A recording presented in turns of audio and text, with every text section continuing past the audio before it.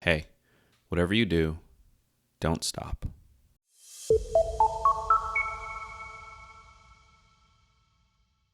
So, what I want to talk about today is super personal to me. It's something that I'm struggling with right now. And in a lot of ways, this episode is for me. But I decided would record it and I would share it because I think it's probably relevant to many people listening to this and watching this right now. And so, if that's you, welcome. Thank you for being here. And I hope that by sharing this, I can help you to do what you need to do and keep going, whatever that means in your world. I think it's really hard to wake up every day and think about what it is you want to do with your life, what it is you want to do with your time and your energy, who you want to be, and what you need to do in order to get there. I think it's insanely difficult to map out that process and figure out how to become the person that you know you are capable of being, how to live up to your own potential. And I think it's really difficult to face all of the setbacks that you will inevitably face. Some of them your fault and others not. All of the things that you've had to overcome just to get to this point, to become the person you are today. I think it's really difficult to face all of that every single day and not just feel crushed, not just feel like you're crumbling underneath the weight of everything. And I want you to know, I get it. I'm here for you. I see you. But I also want you to know that it doesn't have to feel that way. It doesn't have to be this crushing experience. You can be what you want to be. You can do what you want to do. And there is an enormous amount of work and energy and sacrifice required to get there, but it doesn't have to be painful along the way. I think that's the part of this that I often forget. I feel like in order to do the things that I want, sacrifice is required, and sacrifice must be negative, but it doesn't have to be. Sacrifice can be a form of self-love. Sacrifice can be choosing the future version of yourself over the current version. Sacrifice can be allowing yourself to live up to the standards that you have for yourself. Sacrifice is not inherently negative. Hard work is not inherently negative. It doesn't have to feel as bad as it does. Now, it is going to be tough. You are going to face things that you probably can't even imagine right now. This path that you're choosing, one that you choose to be conscious every single day, one where you do not allow the external messages, the external noise, the external to control your decisions and your actions on a day-to-day basis. You choose to be conscious of who you are, who you want to be, and the actions you are taking towards that person. This path that you're choosing is very challenging. That's why most people don't. That's why most people are not pursuing the things that you are in the way that you are. And many more can't pursue the things that you are in the way that you are. They don't have the opportunity, the option. This podcast doesn't reach them. The books don't reach them. So this is not going to be easy. I want you to know that. But I also want you to know that it can be fun, that it can be exciting. Rachel, my fiance, brought something to my attention the other day. She talked about how she was noticing that someone she was working with kept saying that they were anxious. They're anxious about this, they're anxious about that. But when she was talking to this person, all she heard was excitement. And so she asked this person, "Are you sure you're actually anxious?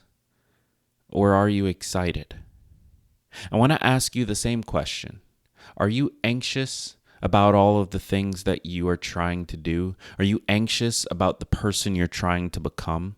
Are you anxious about the choices you need to make and will make? Or are you excited? Are you looking at this opportunity as a moment to choose who you want to be, to choose the path that you're going to walk, and brimming with excitement for that opportunity? Or are you dreading it? Are you living in fear because these things are being put on you? I don't know the answer to that for you, but I think for me, I think lately I've been conflating anxiety and excitement. Lately, I've been feeling lost. I've been feeling like I'm not sure what to do next. I started this podcast in 2016 because I felt like something needed to exist in the personal development space. And I think I've succeeded at creating that. We are 840 plus episodes into this now. And I think for the last 200, 300 episodes, I've felt confused about what to do with it, what this should mean, what this moment in time that we are sharing should turn into. And that's turned into anxiety. Anxiety about what happens when this show eventually ends. I don't know when that will be, but eventually it will. And what's going to happen next? What am I going to spend my time on? What's important to me? What do I want to turn this moment into? What can I do with the show next? How can I make it more exciting, more interesting? How can I get it to reach the people that need it the most who currently don't even know that it exists? I'm anxious about all of these questions. And sometimes, I'm going to be honest with you, many times, today is one of those days where that anxiety leads to crippling self-doubt. That anxiety leads to struggling to focus, to an inability to move anything forward. I feel so frozen by the anxiety around what to do that I end up doing nothing. Maybe you've been there as well. Maybe you're there right now. And it sucks. It's painful. It's hard. But here's my question. Are you just anxious, or is there a little bit of excitement in there as well? Is there anything you're looking forward to? Anything that the opportunity is creating for you? What are you actually feeling right now? Again, I don't know the answer for you, but I think it's worth asking the question. And I think it's worth asking the question often.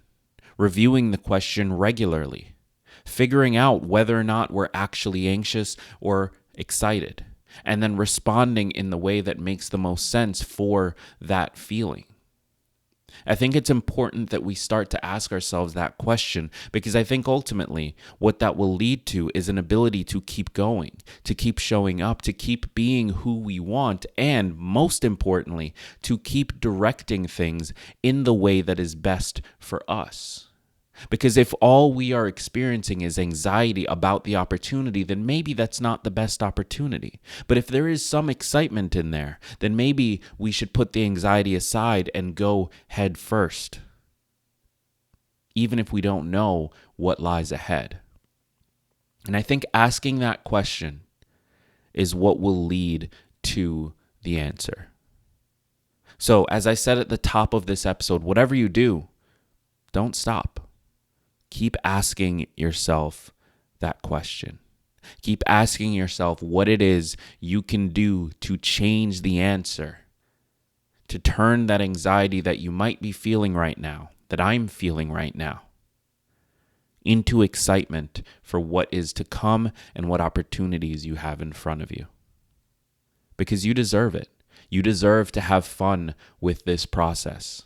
If you are choosing the hard road, if you are choosing to be better, if you are choosing to be conscious, then you deserve to enjoy that journey for all of its ups, all of its downs, all of its pains, and all of its struggles. You deserve to enjoy it all and to look back on it one day with fondness.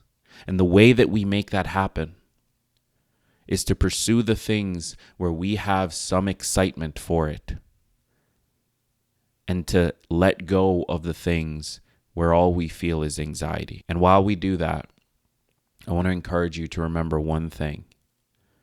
All big changes, no matter what they are, come from the tiny leaps you take every day. You can do this. Don't stop.